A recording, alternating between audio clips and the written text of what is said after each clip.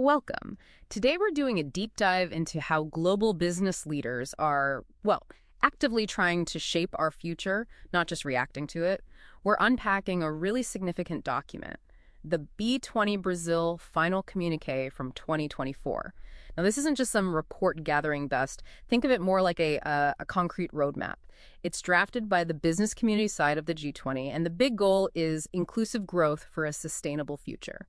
So our mission here is to distill the absolute key insights for you, give you a shortcut to the big picture and the actual steps they're proposing. Exactly. And what's really key here, I think, is how the B20 acts as this crucial bridge. It brings the private sector's views, their know-how, their expertise right into the global policy conversation, this document. It's the result of a whole year of pretty intense work, taking these huge, complex challenges and trying to translate them into, tangible solutions for world leaders. Okay, so let's open up this roadmap then. The B20 Brazil agenda, it seems, is built around 5 core strategic pillars. They call them guiding claims. And these cover basically the most pressing global challenges we face, right? Everything from social equity to economic resilience. Right. And looking at those pillars, you see business leaders grappling with a really fundamental question. How do we tackle massive issues like inequality?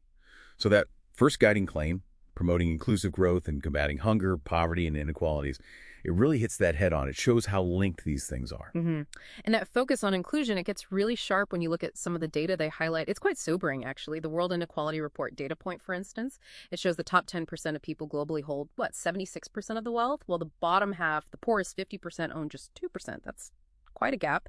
And then there's women's economic empowerment still lagging. Their share of labor income is less than 35%. So faced with these kinds of numbers, what's the B20 actually proposing? What's the response? Well, the B20 Brazil approach recognizes that, real inclusive growth needs more than just the economy getting bigger overall.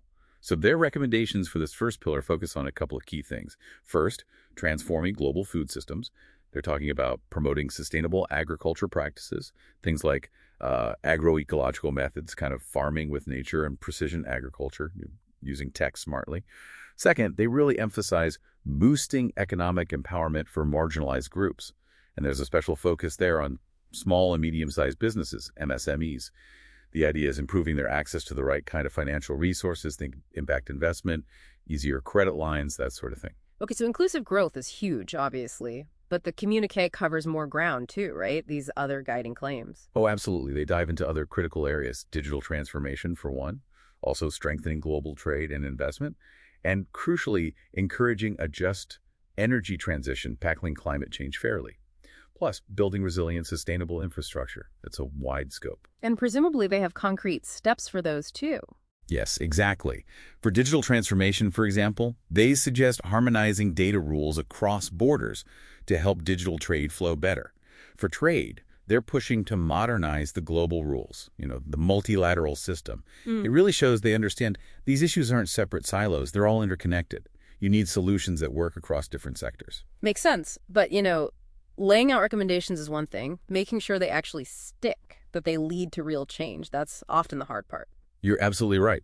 And that seems to be why B20 Brazil set up this specific legacy program. The whole point is ensuring continuity, making sure the work translates into real-world implementation after their B20 cycle ends. A legacy program. Okay, that sounds promising. How does that work in practice? Well, the focus seems to be on tangible results. A really good example is the She Leads B20 initiative. This isn't just like a statement of intent. It's a structured program. It's designed specifically to boost the number of women in B20 leadership roles in future cycles, aiming for real shifts in gender balance. It's about embedding that principle, that diversity, right into how this global business advocacy works year after year. So you see that link from the big global policy goals down to concrete actions. Right, connecting the high-level policy with actual programs on the ground. That's key. So wrapping this up, what's the main takeaway for you, for our listeners? This deep dive, I think, it really shows that global business leaders aren't just sitting on the sidelines. They're actively putting forward pretty detailed, actionable strategies, trying to build a more equitable, more sustainable world. It's a powerful reminder, isn't it? The private sector as a potential force for significant change. Definitely. And that leads to perhaps a final thought for you to consider. How might understanding these specific actionable proposals from global business leaders, the kind we've seen in the B20 Brazil work, How might that reshape your own thinking, your own perspective on the challenges, but also the opportunities? We all try to build a more inclusive and sustainable future.